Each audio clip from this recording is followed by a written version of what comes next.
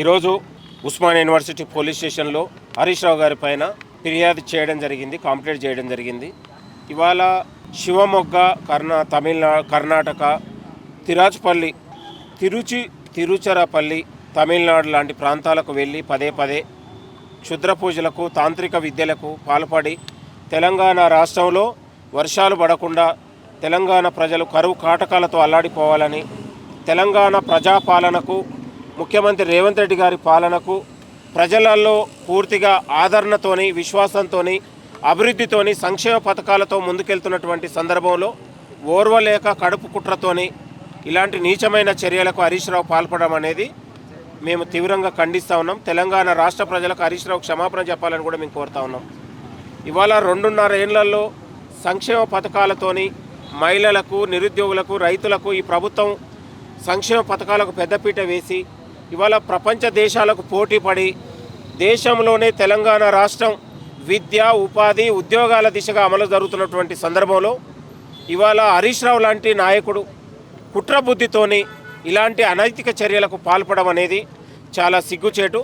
కాబట్టి పోలీసు వారిని కూడా మేము కోరుతా ఉన్నాం, దీనిపైన పూర్తి దర్యాప్తు జరగాలి, విచారణ జరిపి బిఎన్ఎస్ చట్టాల ప్రకారం అతన్ని అరెస్ట్ చేసి శిక్షించాలని కూడా మేము కోరుతా ఉన్నాం.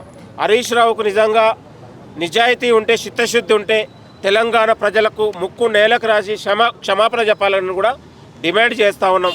కాబట్టి ఒక విషయం, మీ ముఖ్యమంత్రి గారిని కూడా కొన్ని మాటలు చేసినట్టు కేటీఆర్, ఎలా అంటే ఇంటర్వ్యూకి ఏమైనా వెళ్ళాడా, చదువుకున్నాడా అని చెప్పేసి కూడా కొన్ని మాట్లాడడం కూడా జరిగింది కదా, ఎట్లా చూస్తారు? ఇప్పుడు తెలంగాణ రాష్ట్ర చరిత్ర గురించి తెలియదు, విద్యార్థుల గురించి తెలియదు.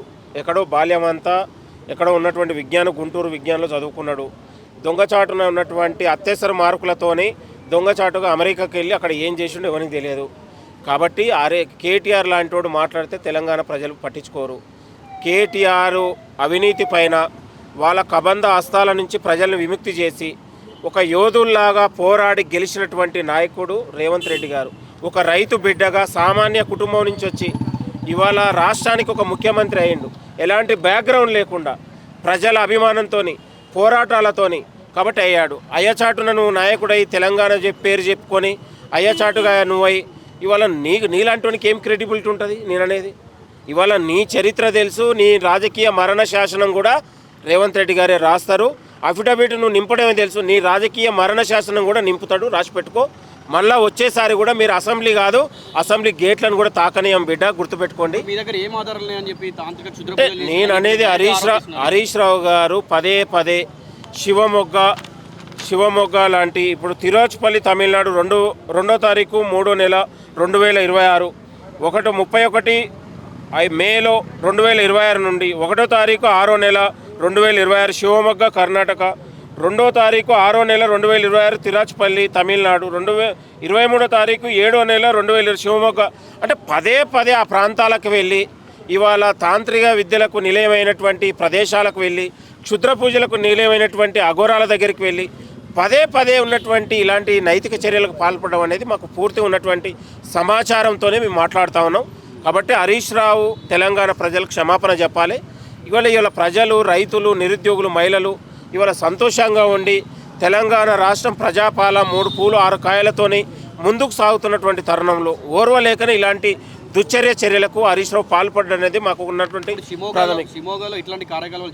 జరుగుతున్నాయి. కాబట్టి నేను అనేది ఇవి ఒక అఘోరాలు నివసించే ప్రాంతాలు.